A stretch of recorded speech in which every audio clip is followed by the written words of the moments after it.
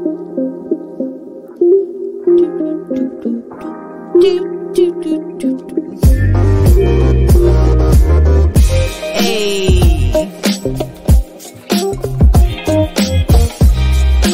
coffee after dark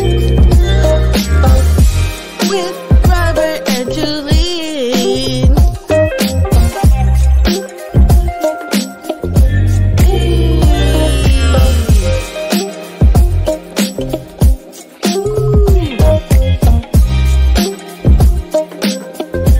That's that smooth.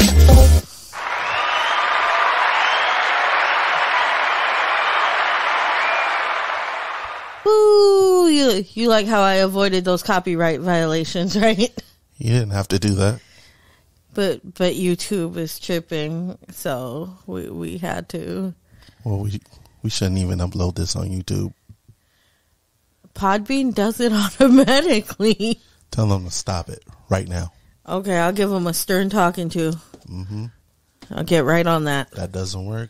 I'm going to write a very, very, very scathing letter.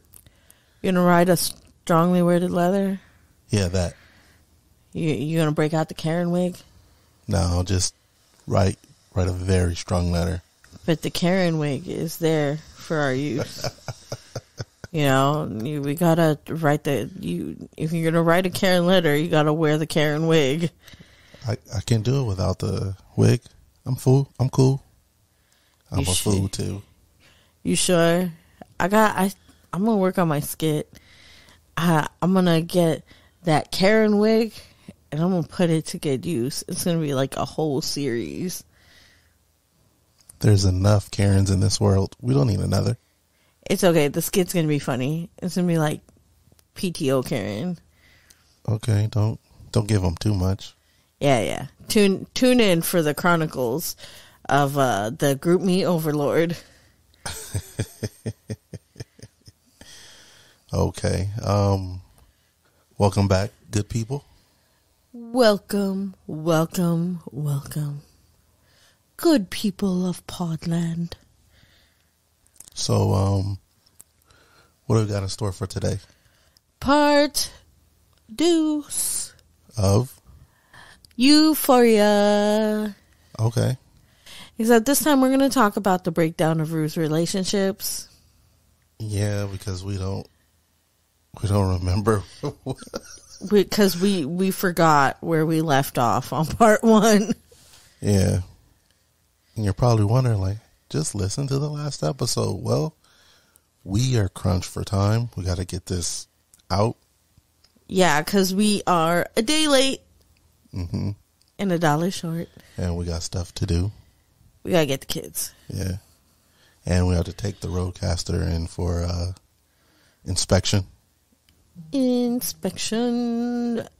I think the pin broke off in the power, in the female part of the power thing.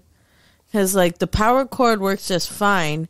It's just that the pin on the inside that's supposed to catch the power cord doesn't work. It's broken. I think it's bent. It's broken. It's broken completely? Yeah, I think it looks like it's supposed to sit in a bracket, but that bracket is broke. Busted. But we have insurance. Never fear. Hopefully that's something they can fix, or they might just give us a new one, hopefully. But anyway. Pray it doesn't take too long, because when I created the production schedule, I did not create a production schedule with wiggle room for routine maintenance wiggle. wiggle, wiggle. I didn't allow wiggle room for maintenance of our equipment. I don't know why. I did not think that the roadcaster was going to like break or anything. So, that's on me. I take responsibility for that, for creating a production schedule with no maintenance time. I have a theory on why it's broke. We'll talk about that off the pod. It wouldn't happen to do with any, unidentified flying objects. Maybe.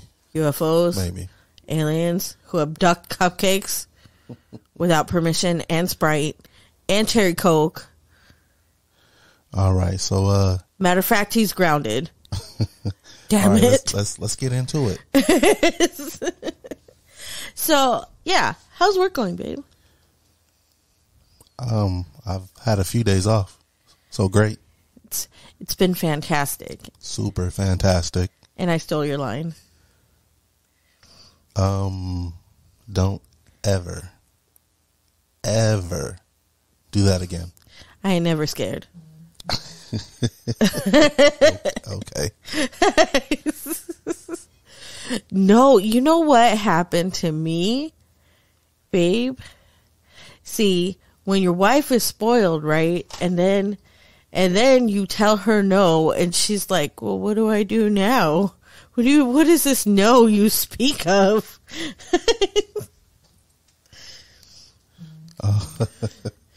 So, that happened. No. Yes. You said yes wrong. N-O. Y-E-S. See, like you didn't spell it correctly. Okay. All right. So this episode is about Rue? Yeah, it's about Rue and her relationships. Okay. What about them? Okay, so we talk about the different people in her life that is her support system. Remember last episode when we talked about how her sister didn't give her anything? Her sister didn't give her shit. She was like, I'm going to smoke some weed. And her sister's like, you're full of shit. Okay, let's back it up. Let's take it back to her father. The relationship with her father. Oh, yeah, because that's where it all began. Mm-hmm. So, Rue had this amazing relationship with her dad. They were so close, and she loved him so much. See, but here's where I differ. I think everybody says she becomes a drug addict because of her dad. Yes, that might be the reason why she continues to use drugs. But in her early life, she's given like ADD meds, ADHD, anxiety meds. It's from her earliest of ages. She's given all these medications. Yeah. But yeah, they were the almost the picture perfect family. Good father, good mom. Kids were solid. Lots of love. Yeah. And the father, was diagnosed with cancer. Yeah. He became terminal, and Rue was with him to the end. Yeah, she was taking care of him, making sure he gets all his meds, and what a good daughter would do. Mm-hmm. So she gets high the last time she sees her dad. She took one of his pills, and I think that's the reason why she continues. She continues to do drugs because she wants to feel close to her dad. Yeah, well, that's not the reason why. She's hooked on him. Well, yeah, she gets physically ill, but I mean, when wait, you're right, because she did say that she was always chasing a certain feeling. Yeah, so you're right. I was gonna say, you remember when she almost overdosed, and she was given you remember how close she was to overdosing a couple times? Yeah. Every single time she's in the church where her dad was put to rest, in a church, and the pastor's hugging her, but she sees her dad, she's like, I'm so sorry, I'm not a good person. Yeah, that was her coming to terms with who she was, what she had done to the people around her who love her. Yeah. You know, like her sister. Well, I feel like Rue's dad, like a lot of the dads in Euphoria, is like an absent presence, a driving force, if you will. Because he's not there. He's been dead a while, but he drives the actions of Rue. And then if you look at like Cassie Howard, Lexi Howard, the death of her father, their father, also drive their actions. Yeah, in two different ways. Yeah, Cassie's forever chasing the love of the dad she had before he became an addict. And then Lexi is, you know, on the sidelines watching, always watching, never being a part of the story. And so Lexi channeled all of that energy into, you know, being a creative. I love that. That was her outlet. I love that for her. But then you take like Maddie's dad, who's always drunk on the couch, and then her mom's always working, and that drives her motivations to want better, want all these nice things, want the big house, all of that. Yeah, that's why she was in Nate's corner, like, all the way until it was just impossible for her to be. Yeah, I mean, she rode so hard for Nate Jacobs, it was not even funny. Yeah, one part was, it was after he had choked her and left marks on her throat. Yeah, and she was still dehydrated from doing X. And, you know, I think the principal or somebody saw the marks, and, you know, obviously in school when that happens, they have to call. But Nate goes to jail, and she goes to the police station. Yep, they try and get her to remove the sweater. Because she passes out because it's hot. She's wearing a sweater. She's dehydrated from X. She's not drinking water. So she passed out during class. That's when they saw the marks. Then Nate went to jail, and they tried to take the sweater off of her, and she fought. And she was. Yeah, she threatened a cop. Yeah, she threatened to fight a cop to ride for Nate, who she loved, who is obviously an asshole. But that goes back to what she's seeing at home. Her dad, I mean, isn't beating her mom, but he doesn't do shit. He's not a man. He just sits and get drunk. Yeah, he just drinks all day long, and she sees her mom riding hard for him, but not like in that way, in a passionate sense. Her mom stays. Her mom works. Her mom holds it down. Her mom makes excuses for him. Yeah. But as far as like Nate and her, like, I understand why Nate was mad. I would never choke nobody. That's crazy. That's way too far. But he did have a legitimate reason to be mad at her because of how she was speaking to his mother.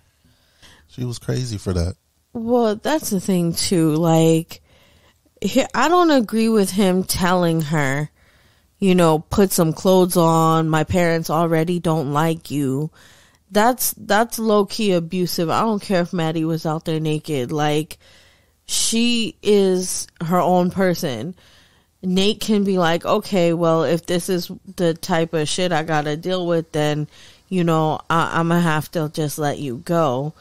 I don't think any man has a right to tell his girlfriend or any woman, you know, put some clothes on or put more clothes on.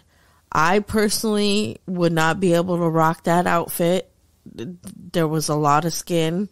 There was more skin showing than not showing. And, you know, my fat ass would have been rolling out of that thing. But, you know, she got the body, and that's what she wants to leave her house looking like. And, you know, her mom was just okay. I mean, Nate's not her dad. No, but you don't talk to your boyfriend's mother like that. Absolutely. That's foul. No, absolutely not. His mother didn't even say anything to her, but I don't think that, I think that whole situation, It was more about Nate. Was 100% Nate's fault, because Nate told her that the family doesn't like her. Yeah, I mean, even if Nate's family, his mom and dad doesn't like her, he should tell her, of course, so she knows. But it was the way in which he told her. Honestly, that was foul. If his dad and mom did not like her, that's a conversation you have when, you know, you guys are just, you're not in a fight, you're just sitting around, and he's like, so I need to talk to you, you know, my mom doesn't think we're good together, and, you know, she really doesn't like you, because of X, Y, and Z. Yeah, it was the way she was told, which, I mean, I can't say she shouldn't have been mad. Yeah, obviously. But, you know, that whole scene where she's knocking over a chili pot and calling his mother, you know, a cunt and all this stuff, like that's extra. If my man's family doesn't like me, and, you know, well, I don't know that I could be with a man whose mother doesn't like me, because that's, you know, that's a relationship I'm just not willing to break up or deal with. I've been meaning to talk to you about something. Yeah. My mom. No, I'm just kidding. I was waiting for it. Like, I was like, don't even lie. Miss Diana loves me. So she loves you. I thought, see, my parents love you like the son they never had. I think my parents like you better than me. Definitely. They're like, oh, where's Rob? Did you save a burger for Rob? No, this one has cheese. You can't give him the one on cheese. And then my mom was ready to ride too, because I don't eat pork. They put pork on the pizza, and then that same spot put cheese on your sandwich. She was ready to drive all like 5 or 10 minutes out of the way to go fuss at them. And you know what? When they put pork on the pizza, she called and she complained. And then she's like, there's cheese on it too? Rob can't eat that. Oh no. She's like, I'll be right back. I was like, no, Ma, it's fine. No. They put cheese on that. Rob can't even eat that now. He's going to come home after working all day and he can't even eat it. Yeah, at least somebody has my back. Oh, I have your back. I have your back. That's my butt you're feeling on. You said I had to have your back. I have your back. And look, the priest said when we got married, we would become one body, one body. So I'm feeling on my butt. Oh, okay. Yeah. Fine with your technicalities. It's all good. The Bible says we become one. Mm-hmm. That's the contract you said I do. No takebacks. I do. Where were we?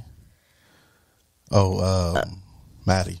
Maddie, yeah. So Maddie sees her mom writing for her dad. Like, they don't have passion. She wants passion. She wants any indication of love, so she takes what she gets from Nate. Yeah, and she'd do anything for him. Yeah, which is not cool, but... Because he doesn't deserve that. He doesn't. And then We move on to the cam girl. What is her name? I don't remember. But let's go back again, because this is supposed to be about Ruth and her relationships. Yeah. Well, I mean, we have to talk about the people she chills with. Yeah, of course. I mean, we'll get there. All right.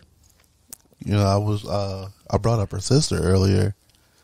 How, you know, to Ruth, her sister seems fine, but she's not, because she doesn't get any attention from her mother. Yeah. Like, she lost her father as well. Yeah. And she's losing her sister. Yeah. Because she's on drugs. And the mom can't even pay attention to... She can't pay attention to both of them. So Ruth is going to get all of that, all of the attention. Yeah, well... Which just kind of leaves her out. I feel like it's interesting that her name's Rue. Because Rue is like regret. You know, like you'll rue the day. Like Rue is like regret. You know? Yeah, Gia. Gia's her name. Yeah, well, her relationship with Gia is weird because, I mean, Gia does some normal ass stuff. Like she tried pot and she drank a little bit. And Rue's like, what are you doing? No, you can't do this. Not forgetting that Gia is not her. Rue can't do that. Gia can. Because Gia does not have a problem. But the thing that hits so hard is when Ali tells Rue's mom to pour all her love into Gia because Gia's been waiting for it. Yep. And that part was really deep, because even watching the show, I didn't even realize that. Like, wow, that's right. The show wants you to forget Gia. That's the whole thing. The show wants you to forget Gia's entire existence. Yeah. The way the rest of the family does. Dang, that's not funny, but yeah, the director does a great job of painting the picture of emotion and relationships, and what happens when we go through them, when they're happy and when they're going bad, and the result of that. It's crazy. Yeah, and then and each one tries to support Rue in their own way.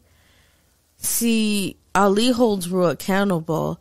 Gia holds Rue accountable, but Gia is aggressive with hers because so often she's told that she can't say anything because it'll make it worse.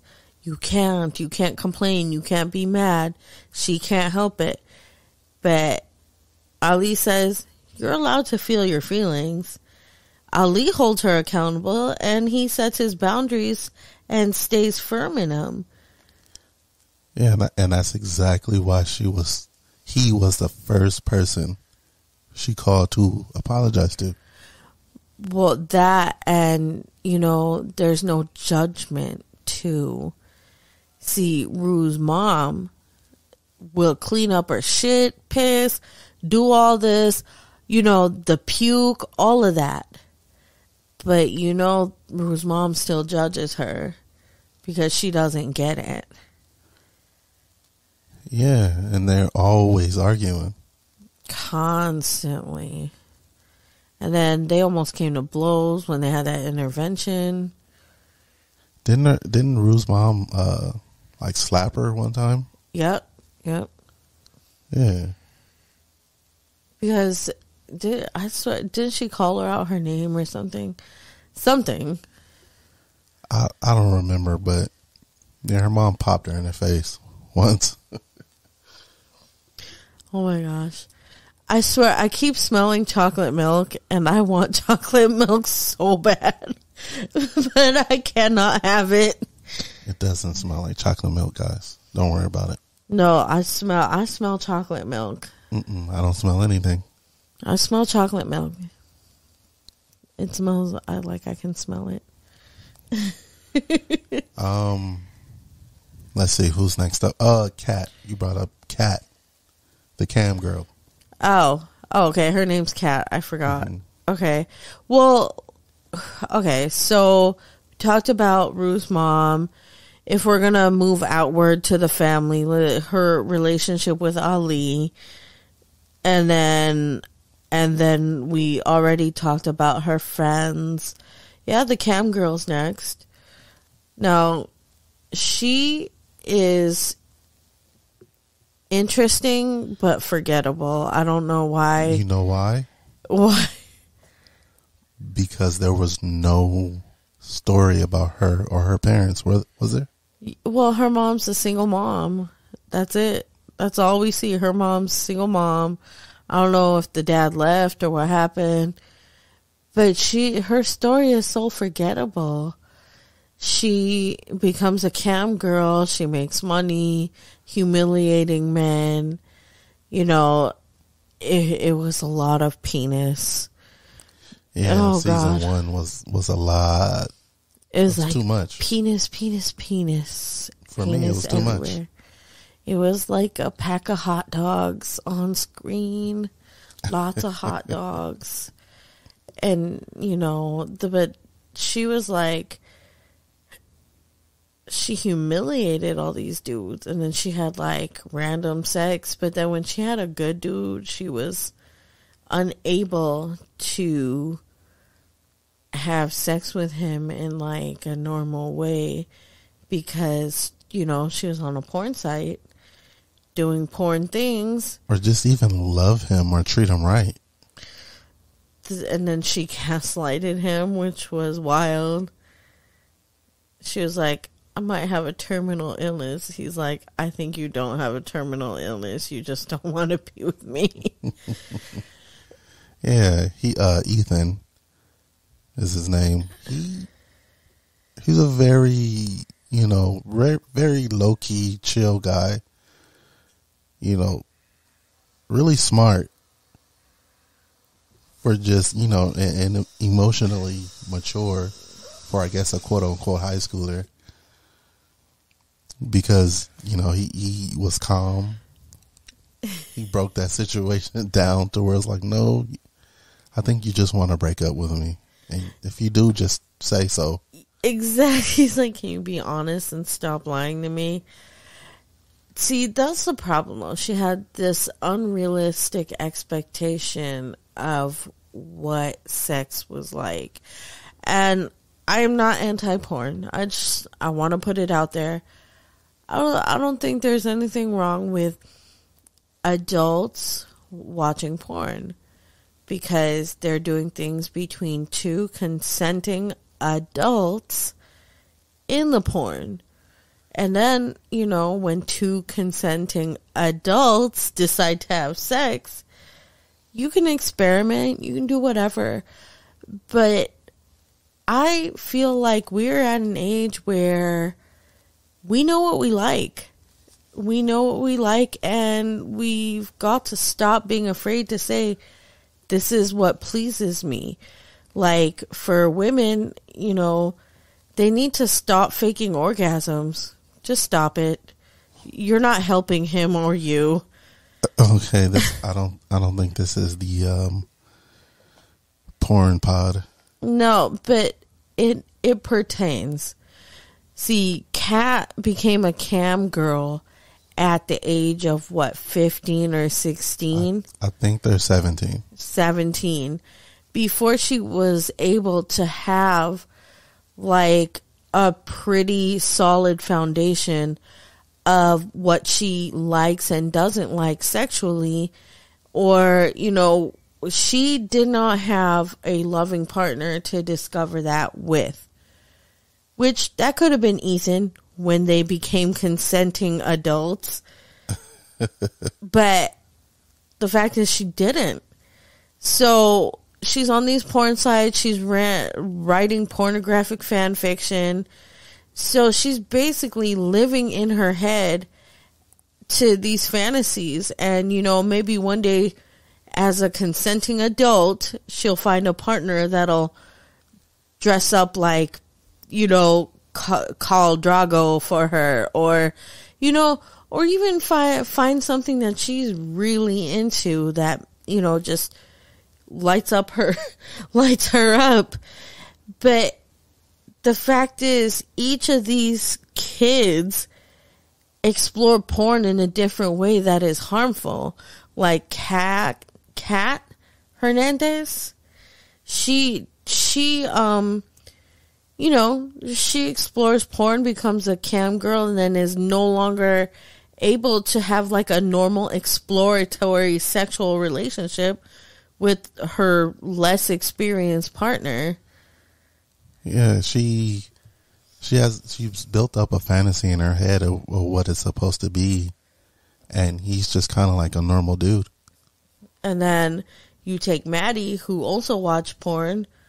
Remember, she watched porn, but she didn't watch porn to get off. She watched porn so that she can know how to fake it for Nate. Yeah. which I remember I said full circle. Mm-hmm. Which, had she not, she would have also been able to kind of explore what she enjoys. And there would be no need to fake it, because she would be confident in her own sexuality to ask for what she wants. But that comes with maturity. Yeah, I mean, the Kat and Maddie started off watching porn too early in their lives. I think that's the major issue, especially with Kat. Well, Nate too. It's too early. Well, yeah, yeah. He watched his own father's collection, which was of his father, which was weird, super weird. And he sat there as like a 12-year-old and watched them. Which is wild, because who does that? This tells you that Nate was a psychopath from the very beginning, because if I accidentally stumbled upon my parents' porn collection, I would definitely I'd be like, oh shit, is this Ghost? No. Oh God, no. And I would never open that drawer again and consider gouging out my own eyes. Yeah, he kept going back and watching. That shit was weird. Yeah, that was weird. But that really messed him up. I mean, and I don't know if anybody's walked in on their parents having sex or walked in on someone else having sex. The shit is so awkward. No one wants to know that your parents have sex. We know you have sex because you know what? We exist. We exist. We are evidence. That's all we need to know. We need to see it. At no point ever do we need to see that.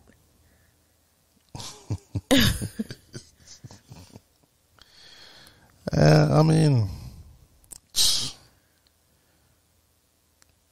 poor Nate.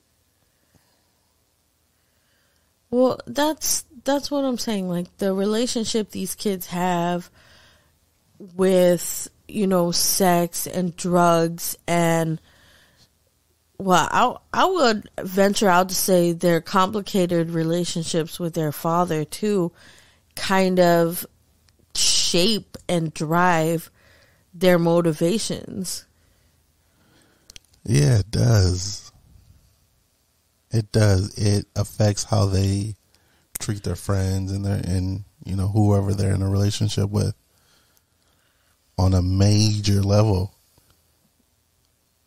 Major. I mean, look at Fez. Fez sold drugs, but Fez had the most normal, okay relationship with everyone. Yeah, but he was raised by his grandmother, who was a drug dealer, but always had his back. Yep. She like stabbed his dad. Didn't she shoot him? She shot his dad? Yeah, she shot him in like the kneecaps, I think. Yep. She walked in, and she walked into the strip club that he was at. She's like, she shot him in the knees, and she was like, what did she say? You motherfucker. And then she walked out, and she said, baby, I had a conversation with your dad. You're going to come live with me. And then all you see is baby Fez with a black eye. Yeah, because his father had been beating on him, so grandma stepped in, took care of the issue, and that was that.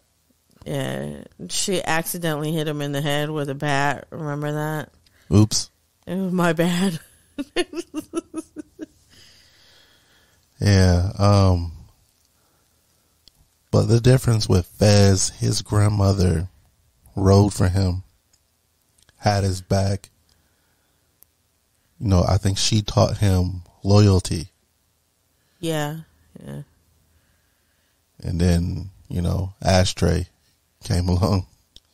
See, and then Ashtray, that's another interesting thing. Ashtray was abandoned by his crackhead mother, because she left Ashtray as collateral with Fez's grandma. And his grandma took him in too. Yep. And Ashtray became Fez's brother, which I feel like, because that same loyalty that Fez was raised with, Ashtray was raised with too. But difference is, the grandma had a stroke before, while Fez was little. Yeah, he had to like take care of her, give her meds. Yep. And then Fez took care of Ashtray the way his grandmother took care of him, which drives Ashtray. And Ashtray was loyal to do some wild shit. Yeah. in the name of loyalty. Because Ashtray, what did he catch, like 2 bodies?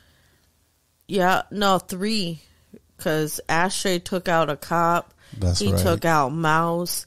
He took out the snitch with the crackhead girlfriend. Mm-hmm. For his brother. It was crazy because the snitch was recording the whole conversation, and he did Mouse with a hammer. Yeah, he like stabbed the snitch in the neck, and then he shot the cop from a bathtub. Yeah. Ashtray was a little rider. Yeah, I mean, Ashtray was more gangster than most full-grown gangsters that I've seen in my life. Yeah. Ashtray has more heart than all of them. Yeah. Really. Like, he was down for the cause, down for anything. And you know what, though? I have questions. Like, I don't like how they left questions unanswered. Like, Lori, the drug dealer, she really is not tripping that Rue didn't bring back the money. Oh no, Rue has to pay her back. I think we're gonna see that in season 3. She definitely has to pay her back. That's like $20,000, right? And she said, I'm gonna front you 50, and Ruth's like, no, let me start smaller. I think it's like 16,000. I don't remember. I think it's like 20,000. It's too much. Rue don't got it. Yeah, Rue's in high. She does not have it, and she could not sell it. This is why addicts should not be out here selling drugs. Yeah, she was using it. Yeah, and then the mom and Jules flushed it. Now, let's get into Rue's relationship with trash ass Jules. Wait, hold on. I think we talked about that in the last episode. But wait, before we get off Fez, his loyalty to Rue. Yeah, he didn't let Mouse do anything crazy to her, and he tried to get her not to try fentanyl. Yeah. I really look at their relationship like sister and brother. Yeah, I really would have liked to see Fez and Lexi have a thing, but obviously Fez is going to go to jail now. And if Ashtray's dead, then, what could happen is that, he gets the heat for the bodies because he did it. But, Fez was ready to go to prison for him. Yeah, that was Fez's whole plan, was to get locked up, and to Ash barricaded himself in the bathroom with I think two shotguns, couple ARs, pistol, and then he bodied a cop. The whole time I was like, Ash, no, Ash, we're not. No, this is not what we're doing right now. But he went down swinging. And cops shot him. I don't know if until I see them bury Ashtray or whatever, I'm not believing that Ashtray's dead. I refuse. Nah, I think he's dead. The scene is, you see one of the cops with the red dot on Ash's head, and then the camera turns to Fez on the ground, and then you hear the gunshot. That was insinuating that they killed him off without showing, a cop shooting a little kid on TV. Yeah. And but I'm gonna hold out hope until they bury Ashtray. When they bury Ashtray, I'm gonna be like, okay, it's real now. Nah. I think he's gone. Man, we're coming up on time here, so how about we do this? Oh yeah, we got we got 3 minutes left. Give me your thoughts about your predictions about season 3. I think season 3 we're gonna see Rue, Rue at peace, but cleaning up the consequences of her epic relapse. A lot of people fall and relapse, but boy, did she manage to relapse and get in the whole $20,000 to a local drug dealer and, ruin all her relationships. But she did start repairing them. So I think. Definitely. And you remember what it said in the end, I stayed clean through senior year. So I think we're going to see her struggle to stay clean, but also pick up the pieces of her relapse. That's right. So maybe they will be in college. You think so? When they come back. Because it's coming back in 2 years. But I don't know. I think we're going to see her senior year trying to stay clean. And, the struggles. So. And then, yeah, right? Still a lot more story to tell there. And it's they can't just send her off to college without resolving the issue of she's $20K in the hole with a local drug dealer who said she'll sell her to unpleasant people. Rue ain't going to college. You don't think so? Nah. If Rue goes to college, she's going to relapse in college. That's how that's happening. No, I think she's going to continue to repair those relationships. I'm glad she started with Lexi. That was perfect.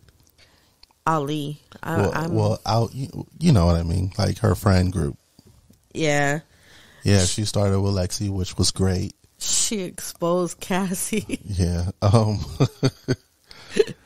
I think her relationship with Jewel needs to just die in a hole somewhere. I think they'll be friends. I think they need not talk ever again. No, she doesn't need to talk to the drug kid she started getting high with again. I don't remember his name. The little boy with the guitar and the weird apple logo tattoo on his face. Why would he tattoo an... Never mind. I don't even know.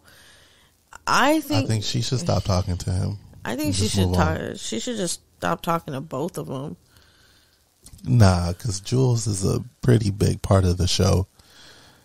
I mean, Jules is an asshole. Like, Jules can have her own little storyline, just not with Rue around. Because, see, that's the thing. She didn't respect Rue.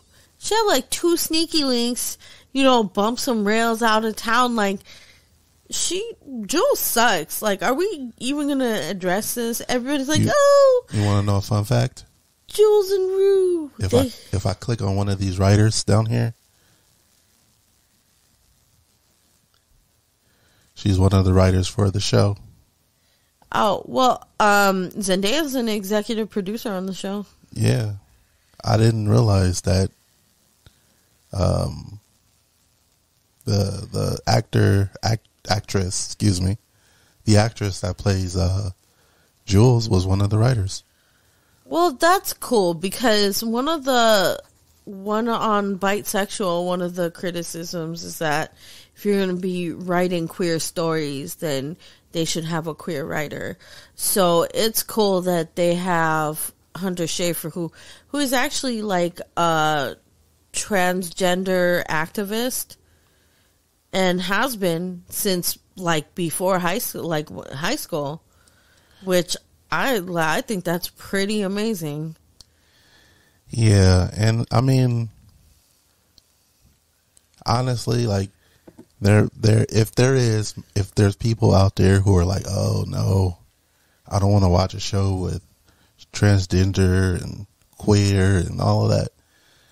Yes, that's part of the story, but it's not the story. We didn't even mention that until the end. Yeah, I mean, even if it is, like, the thing is, a lot of the people that complain about seeing transgender people on TV, seeing gay couples on TV all over, and they're like, oh, you're trying to push your gay agenda down my throat. Bro, are we removing heterosexual couples from the television?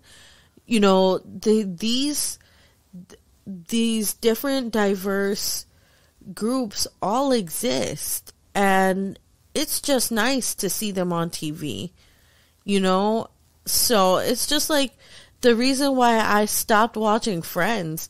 I watched the pilot and I was like, how does this take place in New York? There's not one black person or person of color in the entire show. And it supposedly takes place in New York. They go to a coffee shop that's in like Central Park called Central Perk or whatever. And there's like, it wasn't even diverse. And I sat there and watched and I said, I'm not believing the show takes place in New York and I'm not tuning in again. My point is, people who complain about, representation on TV, just stop. It's just like any other couple being seen on TV. It's just fairly represented now. Yeah, and even like we had this conversation earlier. Like, I don't like when there's a straight couple on TV for no reason. Like, give me the motivation. Why are these two characters together? I mean, are they together for togetherness' sake? I don't like when they take like a superhero arc and then put an unnecessary romance that wasn't in the comic books. Exactly. That annoys me so much. Yeah, gay or straight. just no, like these people doesn't make any sense. It's not a Mariah Carey song. They do not belong together. They weren't together in the comics. They didn't no, just stop. But lots of times people try and shoehorn in romances into shows simply for the sake of having a romantic lover's triangle or whatever, even if it doesn't make sense for these two people to be together. Yeah. I mean, that whole trope is just tired. It's done. It's over. But we got to get on out of here. All right. So thanks for joining us on part 2 of our recap of Euphoria. So tune in next week and always have your coffee after dark.